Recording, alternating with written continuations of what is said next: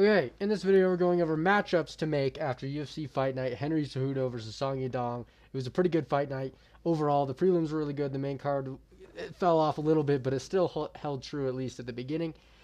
And sadly, every single one of these matchups I'm about to make is just weird to make because every single fighter that has won can't really fight up the rankings except for a couple.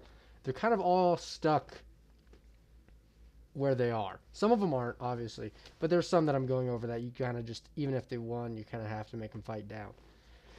Shit, that just might be Rob Font. But we'll get to this first. Song Yadong. So he just went to a fucking battle with Henry Cejudo and won via eye poke. Awesome for him.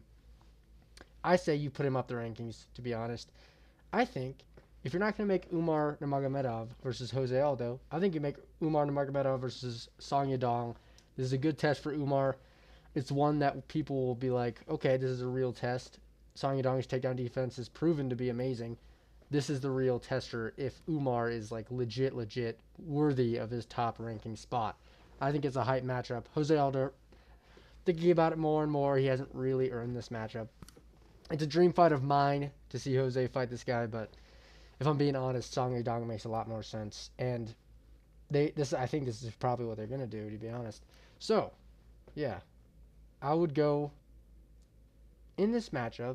This is a very interesting matchup, to be honest, because Song Yadong doesn't lose hardcore to anybody. He gets beat, but he doesn't get beat by like domination. He doesn't get like completely battered by anybody. He has very good takedown defense. You have to be very creative to take him down. Umar is that guy, but is he? I don't know. I feel like Song Yadong could stuff the takedowns, and then it would be a foot on the feet battle. Song Yadong has good cardio and super crisp striking, and Umar Nurmagomedov has been rocked before. I don't know. I might lean Song Yadong on this one, but that's hard to say because Umar Nurmagomedov is really good. So it's a very interesting matchup that I would want to see, and that would be a good tester for Umar. So yeah, next, Henry Cejudo. So Henry doesn't get any favors anymore. He doesn't get any big matchups anymore. He's lost 3 in a row, and he just quit to an eye poke. I say you do the match that would kind of really piss him off, but I think you do Henry Cejudo versus Mario Batista. They had a little quarrel in the backstage. Mario Batista said, "I want to fight you," and Henry was like, "What the fuck have you done?" And at Bantam, recently, Henry Cejudo hasn't really done anything either. If we're talking like in the past, Henry Cejudo is one of the greats, but as of recently, in the recent UFC standing, Henry Cejudo is 0-3.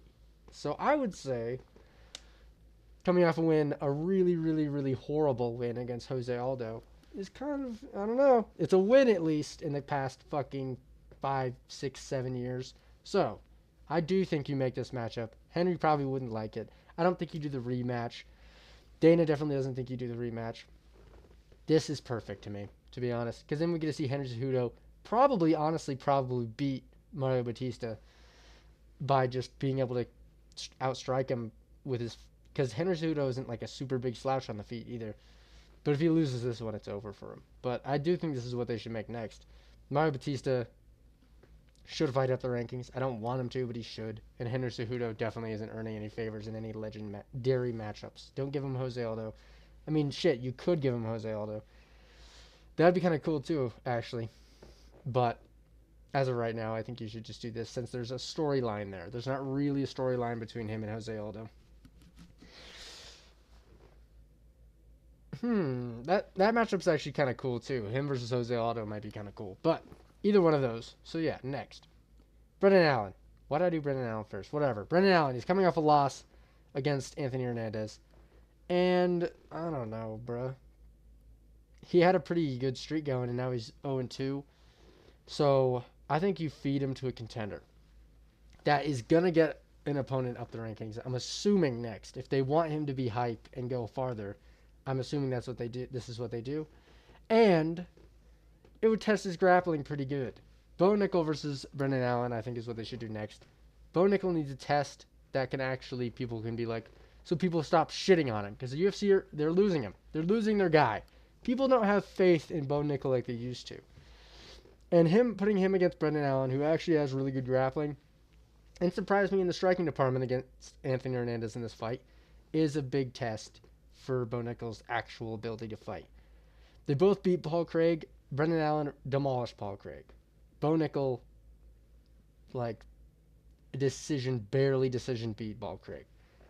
This is the big test to see if Bo Nickal is worthy of these big matchups. And Brendan Allen needs a matchup down the rankings, and I think he's a big enough guy that he would definitely take, or he's a big enough star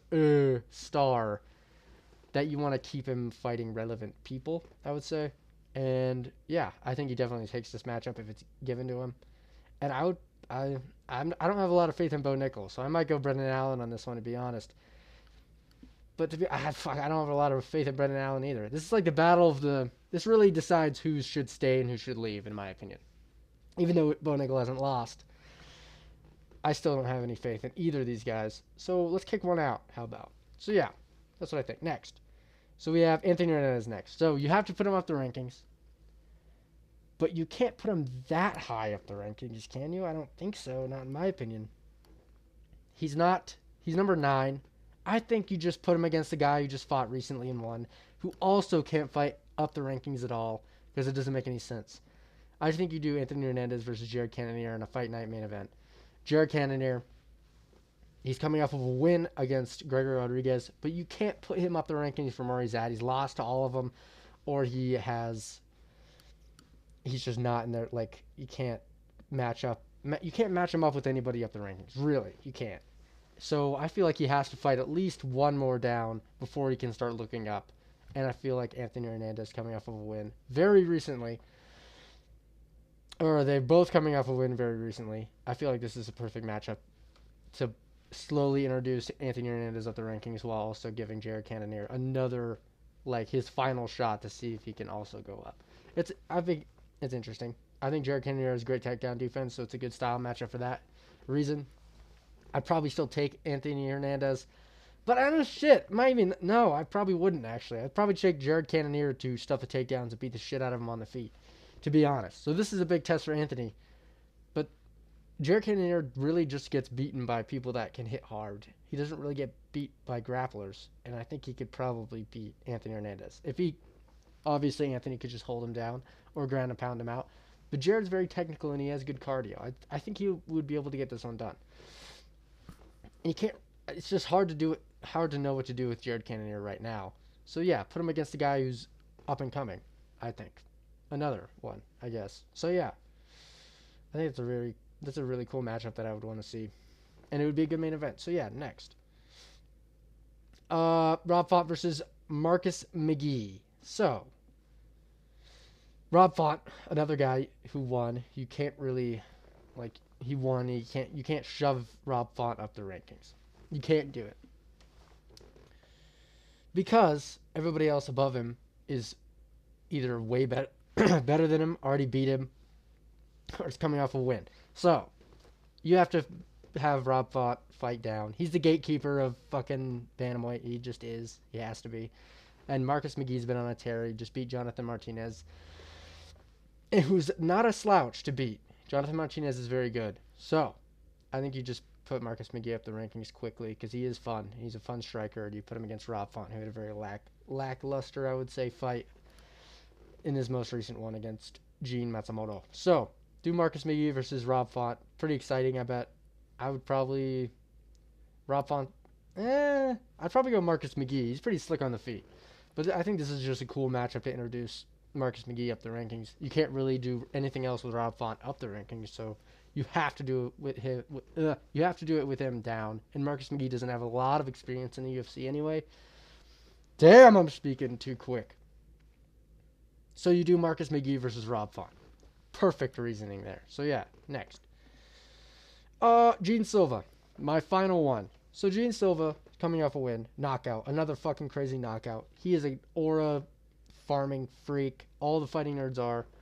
I think you do exactly what he says at this point. He can make the shot. He can call the shots at this point. And he said Bryce Mitchell. And I agree. I think you put him versus Bryce Mitchell. You shoot his ass up the rankings. We want fun motherfuckers up the rankings. We want all the fighting nerds in the rankings. They're doing it with... Is Bobby Green in the rankings? I don't know. They might be doing it with Ruffy. They're doing it with. They've already done it with Prates and Kyle Brau. I know they have more experience in the UFC, but Gene Silva is on a tear, and everybody in that team is super fun and super exciting. And apparently, Sean Shelby loves this guy, according to Dana White. And I think they will make this matchup next. And I think it is the matchup to make next. This is a very polarizing fight for a lot of fans. You have Gene Silva, super fun, knockout power, cool, crazy personality. You have Bryce Mitchell. He likes Hitler. He, that's really his whole deal right now. On the, in the mainstream. I think that's very different. That's very interesting matchup to make. You have a guy that has a lot of power, and you have a guy, an underdog. I would say in Bryce Mitchell that a few people are going to be backing. I would say, and no matter what, it's going to be a fun build up, an interesting build up. Now Bryce Mitchell, any fucking fight Bryce Mitchell is in is going to be an interesting build up because you have no idea what he's going to actually say. But Gene Silva, he doesn't need to say anything. He can just cry before a fight and then high five you and knock you out. I think it's perfect. So yeah, I always say so yeah right before I say anything out of topic. But yeah, that's about it. I will see you soon.